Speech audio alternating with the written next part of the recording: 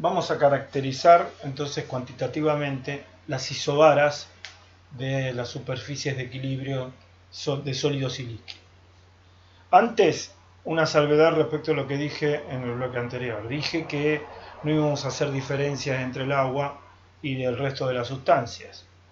No vamos a hacer diferencias, excluida la zona de comportamiento anómalo del agua cerca de su punto de solidificación, zona en la que el volumen específico alcanza un mínimo mientras la temperatura desciende y luego comienza a aumentar el volumen específico con la disminución de temperatura hasta el punto de fusión. Esa zona la vamos a excluir, excluida esta podemos tratar al agua igual que al resto de las sustancias. ¿Y cómo la vamos a tratar? Bien, a través de la definición de una nueva variable de estado definida de esta manera.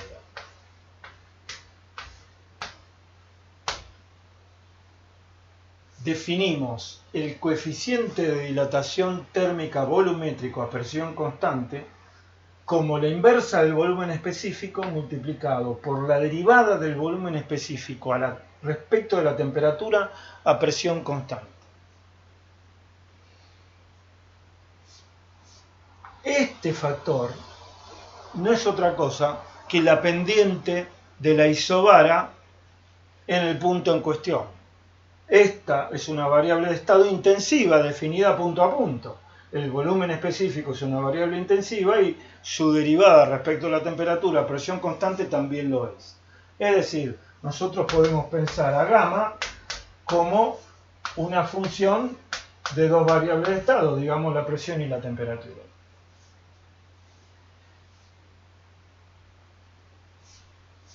¿Qué representa físicamente? Es el cambio relativo de volumen específico con la temperatura. ¿Cuánto cambia en términos relativos el volumen específico de un sólido o de un líquido cuando cambia su temperatura? ¿Cuál es el cambio relativo por unidad de cambio de temperatura? Ese es el significado físico. Ocurre que para sólidos y líquidos este coeficiente resulta ser prácticamente independiente de la presión, pero no así de la temperatura. De manera que para hacer cálculos en la técnica se define un coeficiente de dilatación volumétrico medio en un rango de temperaturas de la siguiente manera. Reemplazamos los diferenciales, es decir, diferencias infinitesimales en temperatura y volumen específico por diferencias finitas. Elegimos como referencia el volumen específico inicial, esto es parte de la definición, y de esta manera queda definido el coeficiente de dilatación volumétrica medio. Con esta expresión podemos obtener, despejando el volumen específico final, a este en función del coeficiente de dilatación volumétrica y del salto de temperatura de la siguiente manera. El volumen específico final es el volumen específico inicial por 1 más gamma por delta T. Si estamos trabajando sobre un sistema material, sobre un objeto, sobre un líquido, sobre una masa de líquido constante, podemos multiplicar ambos miembros de esta igualdad por la masa y obtenemos B igual B sub 0 por 1 más gamma T.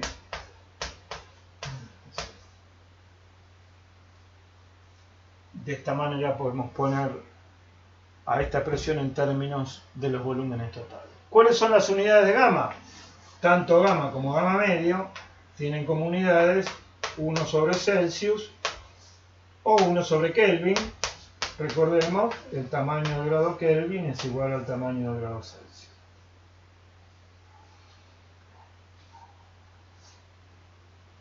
¿Cuáles son los valores que adopta el coeficiente gamma para sólidos y líquidos?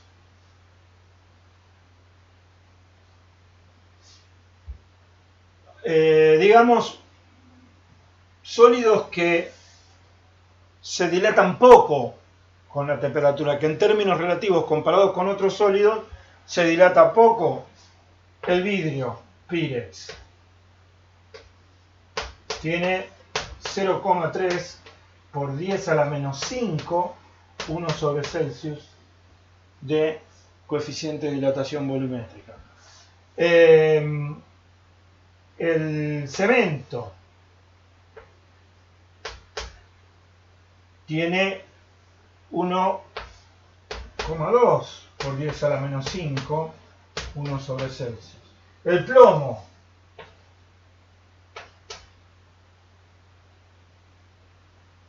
tiene 3 por 10 a la menos 5, 1 sobre Celsius. Fíjense, entre un material, el Pyrex, el vidrio Pyrex, que se dilata poco, y otro como el plomo, que se dilata mucho, hay un orden de magnitud de 0,3 a 3. Pero todos tienen este orden de magnitud de 10 a la menos 5. Habíamos dicho, recuerdan, que los líquidos se dilataban más que los sólidos. Este ángulo, esta es la isobara,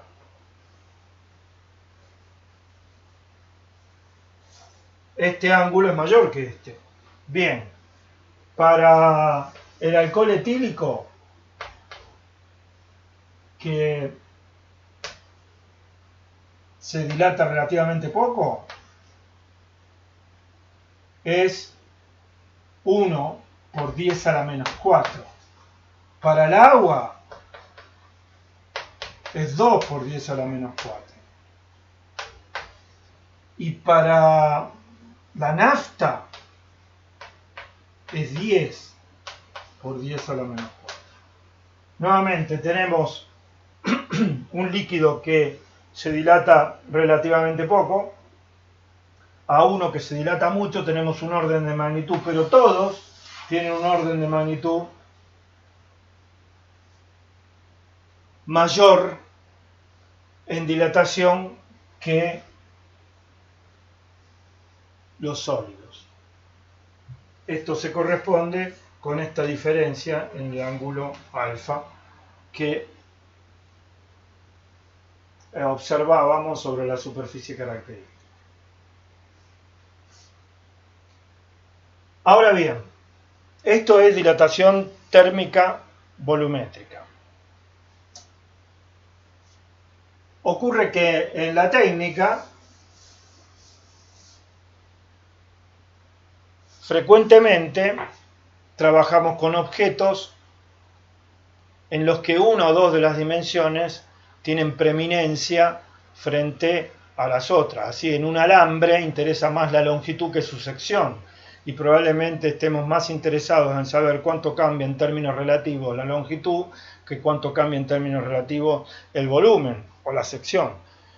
Y en otros objetos, por ejemplo una baldosa, nos interesará más la superficie que el volumen y más la superficie que el espesor. Para operar en esos casos se definen coeficientes superficiales y lineales de dilatación térmica. Se define el coeficiente de dilatación volumétrica medio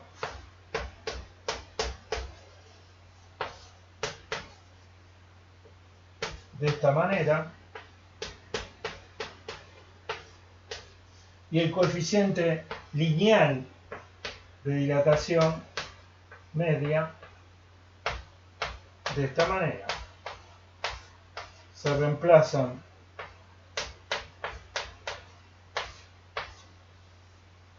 volúmenes por superficies en el caso del coeficiente de dilatación superficial y volúmenes por longitudes en el caso del coeficiente de dilatación lineal. Cabe ahora preguntarse qué relación habrá entre unos y otros. Bien, para averiguarlo vamos a, teniendo en cuenta que estamos hablando de coeficientes muy pequeños, vamos a tratar de derivar la expresión de unos en función de la expresión de otros. Hacemos así.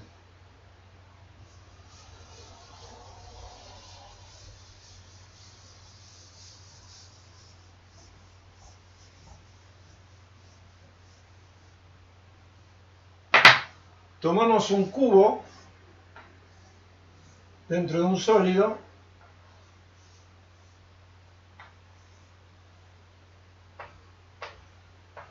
de longitud L0 a la temperatura T sub 0. Ese cubo, cuando se produzca un salto térmico, pasará a tener la longitud L, su lado, a la temperatura T.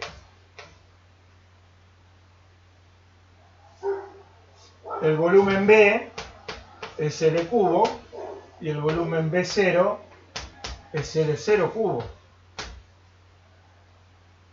Ahora bien, si tenemos definido un coeficiente de dilatación volumétrica medio gamma y otro alfa, coeficiente de dilatación medio lineal, es que podremos escribir B igual a B sub 0 por 1 más gamma delta B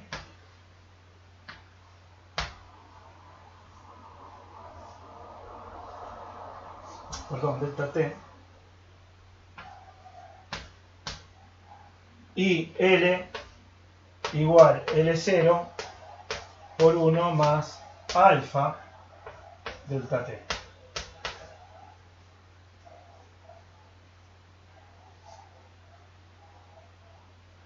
Ahora bien, podemos obtener B elevando al cubo la expresión para el coeficiente de dilatación lineal. Tendremos L cubo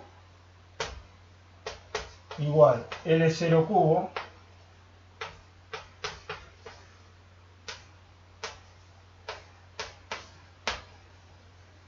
por 1 más alfa delta T al cubo. Si desarrollamos este binomio, queda L cubo igual L0 cubo, y esto es el cubo del primero, 1, más el triple del cuadrado del primero, 1 por alfa delta T, esto es 3 alfa medio delta T, más el triple de el primero por el cuadrado del segundo, o sea, 3 por 1 por alfa cuadrado delta T cuadrado, más el cubo del segundo, alfa cubo delta T cubo. Hemos desarrollado el cubo de este binomio.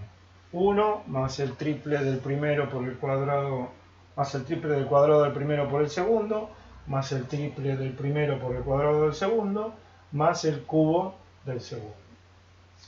Ahora bien, en este paréntesis, teniendo en cuenta que estamos esperando que alfa sea de magnitud muy pequeña, del orden de lo que sabemos para gamma, 10 a la menos 5 si se trata de un sólido, 10 a la menos 4 si se trata de un líquido, estos dos términos, al estar multiplicados por alfa cuadrado este y por alfa cubo este, serán mucho más pequeños que el segundo término de este desarrollo, en donde alfa está expresado en la primera potencia.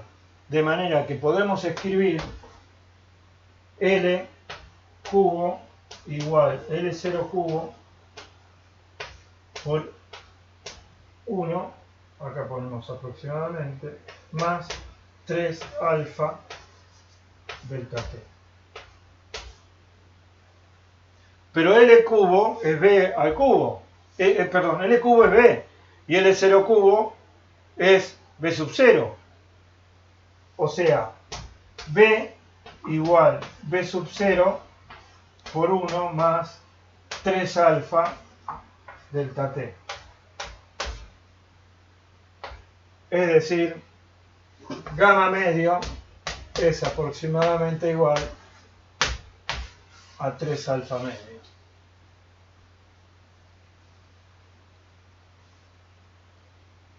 De la misma manera, podríamos obtener que beta es aproximadamente igual a 2 alfa. De esta manera, conociendo los coeficientes de dilatación volumétrica, podemos obtener los coeficientes de dilatación superficial y lineal.